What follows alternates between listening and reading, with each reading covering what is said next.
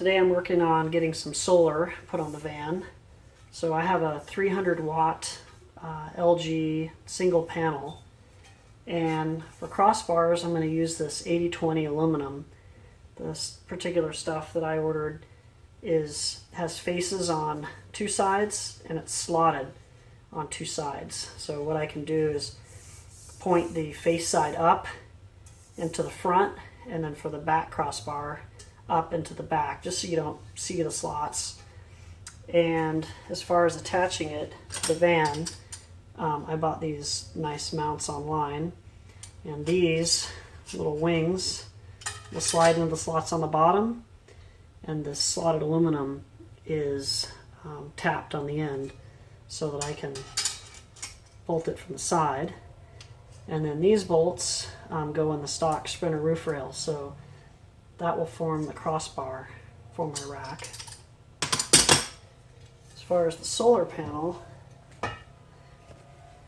this is a LG single 300 watt panel, and it has a really nice extruded frame all the way around it, so it's not just single wall, it's boxed on the sides and on the top.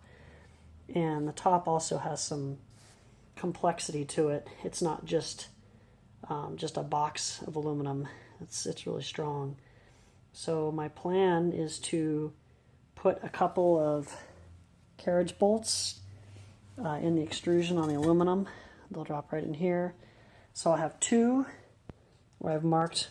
I'll drill through here. So I'll have a couple carriage bolts supporting it there. And I also have some 3/16 aluminum, and I'm going to cut and make a bracket to also support it from here.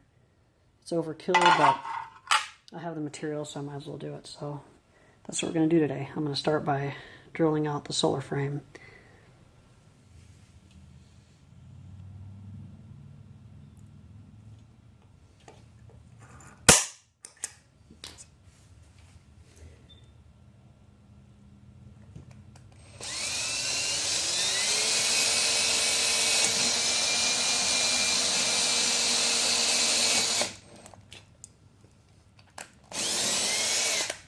I've got the solar up on blocks, quite literally, right now working on it. Let's see a little better how I've put this together. I've got these feet that bolt into the factory roof rails on the van, and they've got a couple of bolts on the bottom that go into the slot of the 80/20, and they also have a tab on the end, and the 80/20 is threaded, tapped and threaded, so bolts through there too. And then the panel, I put 3 bolts that pass through the extruded frame of the panel, and there are 3 carriage bolts that are in that back slot on the 80/20 aluminum. And then I also made these brackets. There's a carriage bolt here, and then there's 2 bolts with nylock nuts on the back to kind of support the corners, so it's pretty stout. And then here is the roof penetration. It's some 8 gauge duplex wire, and I've got it passing through a 1/2 inch grommet. And then I bought this on Amazon, and I'm using 3HB tape on the bottom so as to not screw it to the roof. The VHB will more than hold it to the roof, and then I'll be sealing it with this Dicor lap sealant that generally is also used for these fan installs. I've used it before, and so once I install it, I'll seal around the edges with it so it'll be watertight.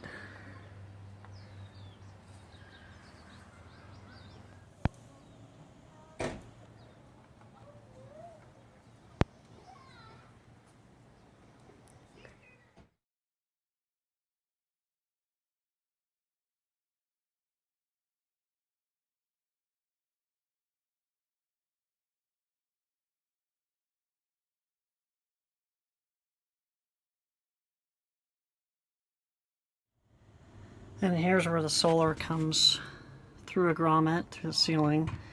And this is 8-2 or 8 gauge wire, but 2-strand.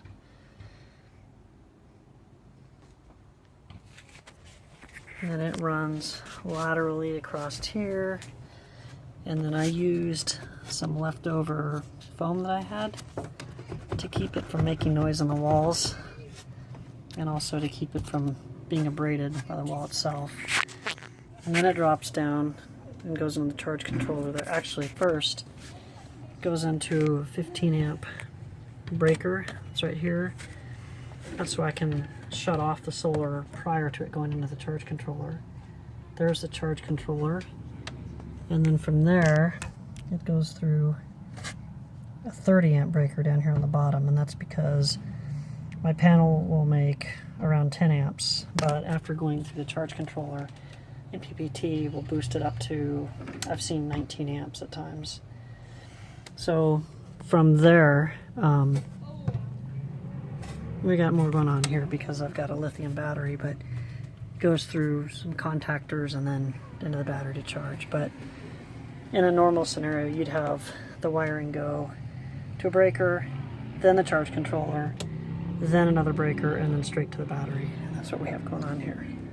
I'm going to do another video on my entire electrical system. This is still a work in progress.